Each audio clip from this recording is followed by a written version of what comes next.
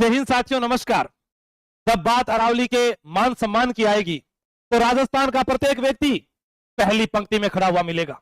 आप याद रखेंगे कि यह राजस्थान है जहां पर एक महिला ने एक पत्ते के लिए 363 लोगों के साथ बलिदान दे दिया। तू जोधाना रो मंत्री है, मैं बिश्नोई री बेटी हूं, पत्तों भी नहीं बागन दूंगी, रुख रुखाली बैठी हूं। अरावली हमारी मां है साहब। लेकिन यहां पर भी कितने दोगले चेहरे नजर आए।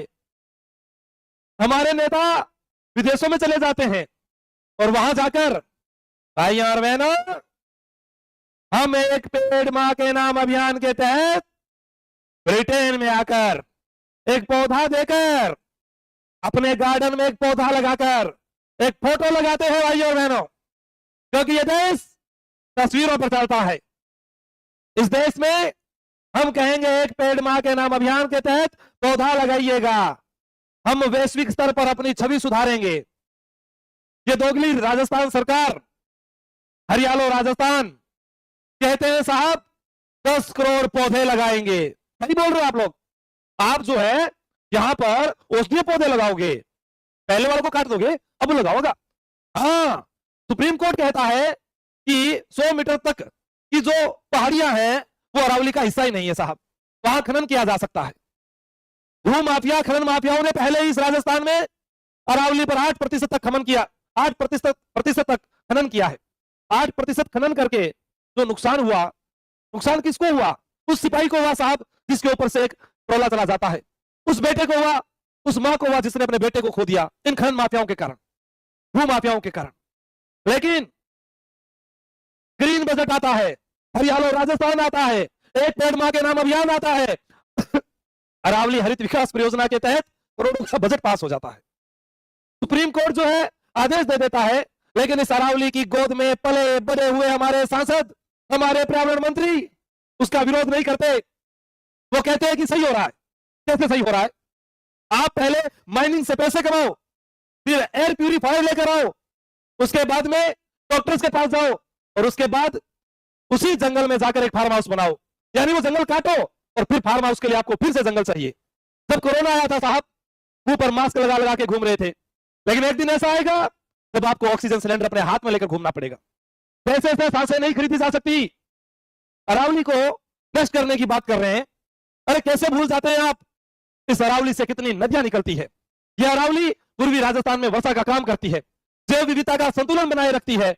आप कहते हैं भाइयों और बहनों, हमारे देश में चीते खत्म हो गए, हम दूसरे देशों से चीते लाकर हमारे अभ्यारण्यों में ला रहे हैं। ये अभ्यारण्य समाप्त हो जाएंगे तो जीव जंतु रहेंगे कैसे? जब अरावली नहीं रहेगी तो इनका विकास कैसे होगा? ये भी तो आखिर इसी की कोख में पले बड़े हैं। लेकिन नहीं भाइयों और बहनों, हम नेता नांगर है, हमको पैसा चाहिए। ये विकास के नाम पर जो दोगला चेहरा है, इस राजस्थान के युवाओं ने ठान लिया, ये राजस्थान के माई बापों ने ठान लिया, तो इस बार यह आंदोलन नहीं, ये पूरे देश के लिए इतिहास बन जाएगा। कैसे भूल सकते हो आप चिपको आंदोलन को? कैसे भूल सकते हो अमृता देवी बिश्नोई को, जिसने कहा कि सिर साधा रुख बचा तो भी सस्तो जान, एक पत्ते के लिए जान दे दी, और यहां पर अरावली लेने के लिए आ रहे हो। या आप 90% अरावली खत्म कर दोगे, इन खनन माफिया भू माफियाओं को दे दोगे, कैसे होगा? ये बिश्नोई समाज एक एक बूंद तक डटा रहेगा। आप याद कीजिए मेवाड़ की उस धरा को, राणा प्रताप के स्वाभिमान को, जिन्होंने महल त्याग दिए और उन मुगलों को हराया, तो इस अरावली का सहारा लेकर। हमारा इतिहास जो आज पूरा विश्व पढ़ता है वो इस अरावली के कारण पढ़ रहा है। वो छापामार पत्ती जिसने हमें बचाया, हमारे पूर्वजों को सुरक्षा दी, वो अरावली। जल जंगल जमीन की बात करते हैं, वो आदिवासी भाई हमारे तो आज इसके संरक्षण के लिए, वृक्षों के संरक्षण के लिए आंदोलन करते हैं।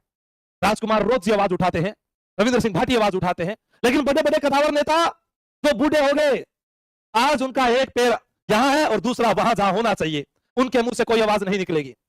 आज हमारे सीएम साहब नहीं बोलेंगे कि नहीं, इस अरावली के जाने से जहां विदेशी पर्यटक इस पिंक सिटी में आते हैं, एक दिन ये पूरी धूल से भरी होगी। तो अटके धूल खाबासी में ये ब्लू सिटी जहां जोधपुर के अंदर लोग जाते हैं कि हम घूम कर आएंगे इस पश्चिमी राजस्थान में, वहां टेम्परेचर इतना हो जाएगा कि लोग जल जाएंगे। वो व्हाइट सिटी उदयपुर, जिसे महलों की नगरी कहा जाता है, झीलों की नगरी कहा जाता है, साहब अरावली नहीं रहेगी तो वहां पर पानी कहां से आएगा? कभी सोचा है इन चीजों के लिए? अरावली महज अरावली नहीं है, यह अरावली जीवन रेखा है राजस्थान की।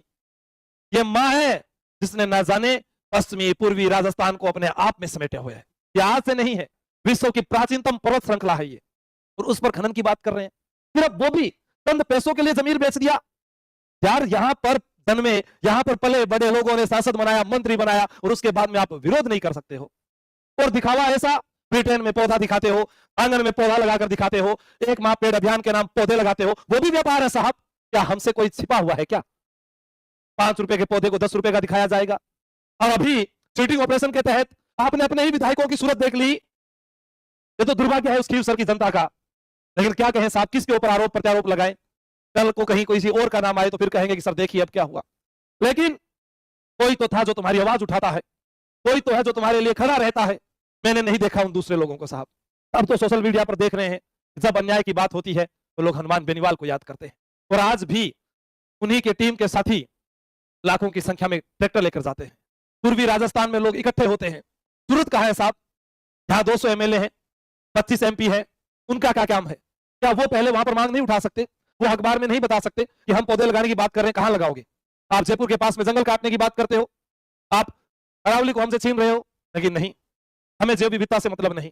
कैसे भूल जाते हो पंजाब के लोगों को, जब उन्होंने नदियों के आने वाले रास्ते को अपना आलीशान घर बनाने के लिए उस रास्ते की जगह दीवारें खड़ी कर दी।